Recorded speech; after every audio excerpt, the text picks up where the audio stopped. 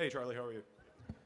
So I just had a question on your thoughts on if we need more gun control in the country or not. I'm very pro protecting America and the citizens that live in it, and so I think that we should have more gun control because there's a lot of school shootings that happen, as we mentioned, and I just think it would do a lot to protect the people. And I think the Second Amendment also qualifies that we should have regulations for guns. I wanted to know your thoughts on that. Sure. Do you think gun ownership is a right or a privilege? I think it's a right, but it comes with responsibilities. Okay, tell me more. Well, I think that there should be things in place, things like red flag laws and things like that. The AG just approved Mel Gibson to get his gun rights back, even though he had a domestic violence charge. So, I don't think the people that commit these violent crimes should be able to buy guns and things like that. And I think we should have red flag laws in place to make sure that those violent criminals aren't getting guns. Okay, so let's go. So tell me, in your perfect world, what would constitute a red flag? Just things like, we can look into any kind of medication and things like that that can affect someone's... That could be dangerous, right? That could be compromised. There's a lot of vets that come home from war and that are on a lot of medication. A lot of vets could have their weapons taken away. Well, I'm not necessarily saying... Bless you. Bless you. Thank you. It's the pollen or something. Thank you.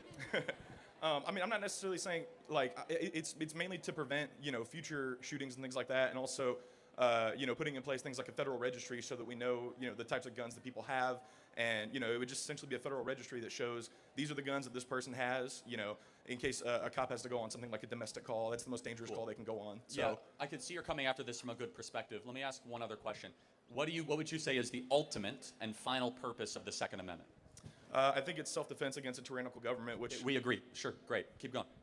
Well, but I think within the Second Amendment, it also implies that we have high regulations in the first four words. Sort of. Of it. Well-regulated militia right. actually meant well-armed, but that's a separate issue. But how do you know? You're interpreting what the Founding Fathers Well, put they in. said it in the Federalist Papers, right? So it's not just me, but also in the Heller decision, in the 5-4 decision, that said that gun ownership was a right. This was a hotly debated thing. But do you disagree? Sorry, I didn't mean to interrupt you. Do you disagree with the idea of a federal registry like that? Oh, without a doubt. The only reason you'd want to register the guns is if you want to confiscate them. Well, or to make sure that people like officers of the law are protected and know what they're going into. That's a good argument. Right. To your credit, I will try to make a better argument where the problem of the government knowing where every gun is would then lead itself towards mass confiscation.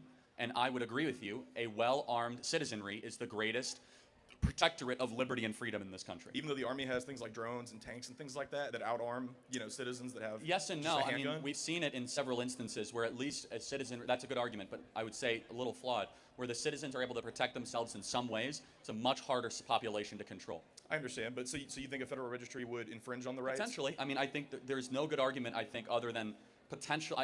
I ascribe to the government bad motives and bad intentions when it wants to infringe more on these types of freedoms and liberties. Well, I understand. I just personally don't see it as an infringement because, like we just said, and I think we agreed that owning a gun is a right. However, yes. I think it was responsibilities. But also I wanted to ask, is voting a right or is that a privilege? Well, it is a right, and so felons can get their rights back, right? And so, right. But rights can be suspended or delayed, and right. we both agree with that. So, right, for example, like somebody in prison doesn't get guns. Right, no, of course. Somebody in prison doesn't have the same free speech rights that you right, have. But what's the first thing that you have to do if you want to vote in this country? You have to register, right? Mm-hmm. So it's a federal registration to be able to vote in this country. So why not, and we can agree that, keeping safe and, keeping our elections to where people who shouldn't vote aren't voting is, that's keeping America safe because we don't want people who That's a fair point. I would say there's something, that there's a technical difference between a voter registration roll and a gun registration roll. Guns are much more dangerous. Well, also, but guns in many different ways, they would go after the guns a lot more than the voter registration roll. Well, how do we know, my worldview comes out of one in the 20th century, where almost every totalitarian government went after the guns first. And the confiscation of guns then leads into the erosion of freedom and liberty. Right, but wouldn't you say in the 20th century, as you just said, that the disparity between the technology that citizens had to protect themselves compared to what the military had, wouldn't you say that there was a much smaller disparity as opposed to what we see nowadays? Somewhat. I think that's a fair point. So I'm acknowledging that's a fair point. Okay. But do you see my perspective as well? No, I do understand. That an armed citizenry, also it says shall not be infringed, so we have to kind of wrestle with those two things simultaneously. Right, but so if it's just a semantics argument, then to that point... Well, it's not. Semantics is meaning. That's literally what the word means. But right, but you're saying because it says shall not be infringed, we can't do anything. No, I'm saying does that mean voting rights can be infringed? Because it doesn't say it cannot be infringed. I'm saying I err on the side that more government regulation around guns means that they'll try to take good people's guns away. That more guns can potentially lead to more danger and less guns. Yes and no. There's plenty of evidence to show that states that have more, so if you take Houston and Chicago, about comparable populations, Houston actually has warmer weather, which means potentially more gang violence. they have about half, if not even less, the amount of homicides per year than in Chicago. Chicago has much stricter gun laws than Houston, like incredibly strict gun laws. I understand, but I'm also, well, I think part of what plays into that is the gun laws that are around those cities. They're a lot more lenient than those cities themselves. So I think, I'm not saying that's entirely the cause of it, but I'm saying I've heard that my whole life, so yeah. Right, but I'm basically just talking about preventing people that have committed crimes such as domestic violence. I know I mentioned Pam Bondi gave Mel Gibson his rights to purchase a gun again, even though he pled guilty to a battery domestic violence charge in 2011, and yet now he is able to purchase a gun again, which I disagree with because he committed a violent crime.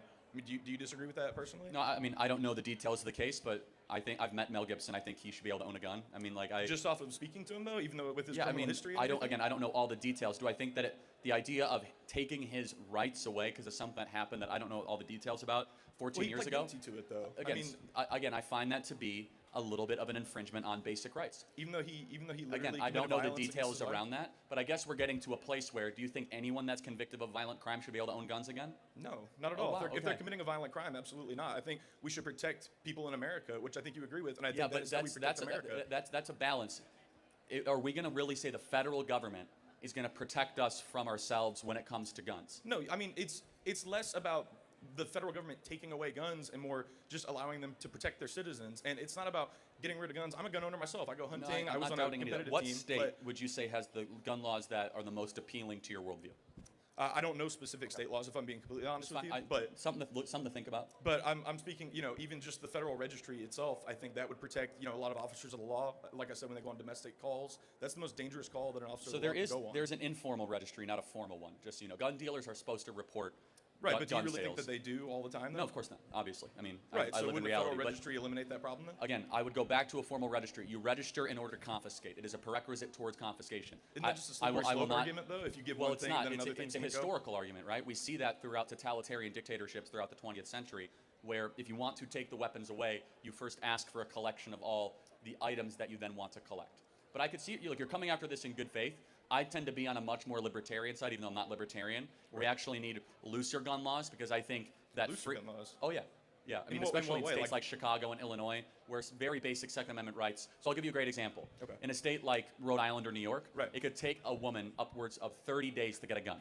So let's say a man wants to actually do harm to her, and she gets threats, and the police won't intervene. I think she should be able to get a gun that afternoon to protect herself.